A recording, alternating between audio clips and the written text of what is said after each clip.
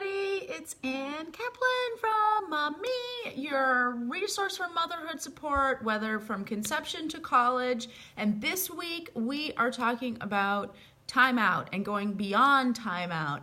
And every Wednesday, I always broadcast to my pregnant mamas, which means we're going to be talking about what does that mean in context of pregnancy. And I want to talk about two specific things today when it comes to timeout and pregnancy. The first is when you need a timeout. Mommies, we always need a timeout, but especially when we're pregnant. And the second thing I want to talk about is what about when you're pregnant and you still have a kid? You have another kid that you have to deal with. You have to be disciplining, whether you're using timeout or whatever, and it's hard. So first, let's talk about that first thing. When you're pregnant, you need more times out, right? Okay, we need time out. Like, think of ourselves as kids. Like, when do kids need time out? They need time out when they're overwhelmed, they're freaking out, they're behaving inappropriately, all those things, right? Well, when we're pregnant, it becomes really easy for us to feel overwhelmed. Emotions run high, and you might feel these needs to like just check out of what's going on around you and become a little bit more internally focused when you're pregnant. That's so important. Your body makes you a little bit selfish when you're pregnant, and it's really great because it's preparing you for birth, okay? How often, as you get closer to your due date, do you notice that you're just not really paying attention to the things going on around you as much? You're really tuned into yourself.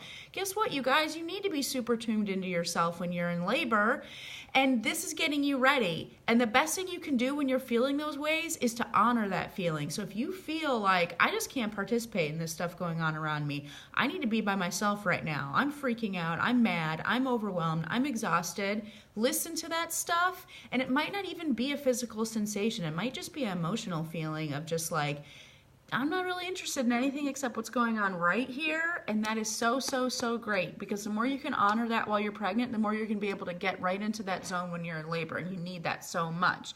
And sometimes our bodies are the things that do tell us that we need a timeout when we're pregnant.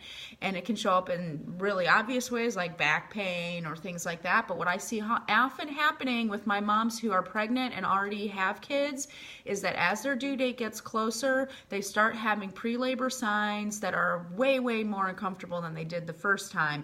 Feelings like maybe they're starting to have contractions when it's way too early, prodromal labor, really bad back pain for sure, and really big exhaustion. And when I see that happening with my moms, especially when it's in a pattern, like towards the end of every day, I'm starting to have contractions, I'm feeling really tired, I'm getting a lot of uncomfortable feelings, that's a sign to me that you're overdoing it and you need a timeout. You need to go and take a bath. You need to drink a ton of water. You need to rest more. And sometimes we get those signs around work too. So if you're a working mom and you're pregnant and you're starting to feel these signs and you're planning on working up until the day you went into labor, it might be time to just say, you know what, maybe my body didn't get the memo of the plan that my head had, and you need to honor that, okay? So if you're getting signs that you need to take a break, whether it's emotional signs, whether it's physical signs, whether it's just life signs, listen to those signs. And especially as your body gets closer and closer to pregnancy, really tune into what the messages your body is giving you, because you're going to have a healthier pregnancy. And the better you can be tuned into that stuff while you're pregnant, the better you're going to be able to tap into that when you're in labor. And that's going to make a huge difference to the way that your birth goes. So that's point one. Point two is, what about when we have kids and we're pregnant, okay? That kid still needs discipline. That kid still needs to learn and grow and have attention from its mommy and all of that stuff. I just talked to my sister who's expecting a baby next month, and she's got a 3-year-old, and they're potty training right now. So my pregnant, very pregnant sister is running around and potty training her 3-year-old, and God love her, because I've been there and I know what that feels like. And I'm going to tell you guys, when it comes to discipline, when you're pregnant and you're taking care of a young kid at the same time, my tip to you is look at your obstacles as opportunities. And I'm going to give you an example of what I mean when I say that. So my kids didn't, like when I first had a kid, obviously my first kid, we didn't have chores, we didn't have a chore wheel, we didn't have any of that stuff. It was a baby, right? And I think I probably waited longer than I really needed to start introducing chores and stuff like that. But what happened was I was pregnant and I had a bunch of littles running around and my back was killing me. And I got to a point where I couldn't empty the dishwasher anymore because bending over was killing my back. And I couldn't do it with the dryer. I couldn't do it anymore. Like anything that required bending at the waist, I just couldn't do it. It hurt too much. And that was when I invented chores because I was like, you know what?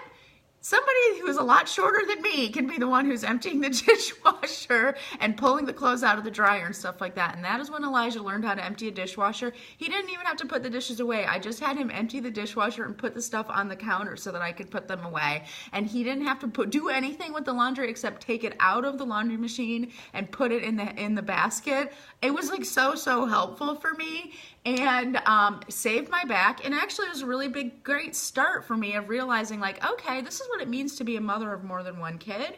This is what it means to engage my kids in helping. And it actually can be something that actually is helpful. It's teaching him a lesson and it's helping me. So think about when you're in a position of trying to discipline kids while you're pregnant, or in any position when you're a parent, necessity can be the mother of invention when it comes there. Like I just could not do that work myself, so I had to solicit my kids, and it wound up actually being really great discipline tool because I could say, you know, oh, as soon as you get this done, we get to do this, and start using like positive reinforcement and stuff like that. It actually wound up bringing me and my older kids closer together while I was pregnant. It was really great.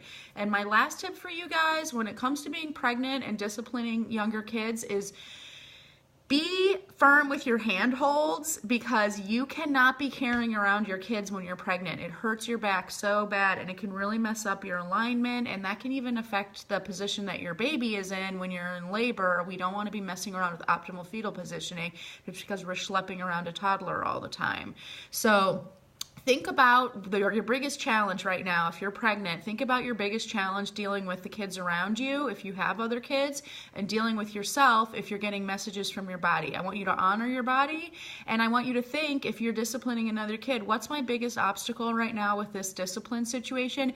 How can I flip that around and turn that obstacle into an opportunity? How can I flip that around and use that necessity as a mother invention? If your biggest challenge right now is my back is killing me and I'm constantly having to put my kid in timeout, now's a great time to teach your kid that they can walk by themselves and they don't need to be picked up all the time. That's going to be really handy when that baby comes along. Or if your biggest obstacle right now is that my back is killing me and can you tell that my back hurts when I'm pregnant? I'm using that as my example in all these scenarios. But you might have an example that doesn't involve your back killing you, but you can think about that challenge and flip it around to be something that inspires you to come up with a solution, because you have to. You don't have a choice. We're mothers. We rise to the occasion. That's what we do. We're mothers. We rise, and you guys will rise too. I hope you're having an amazing day. And tomorrow, I'm going to be talking about success strategies for whatever discipline system you're using, how to make it actually stick and be effective. So tune in tomorrow. Have an amazing Wednesday, and I'll talk to you soon. Bye.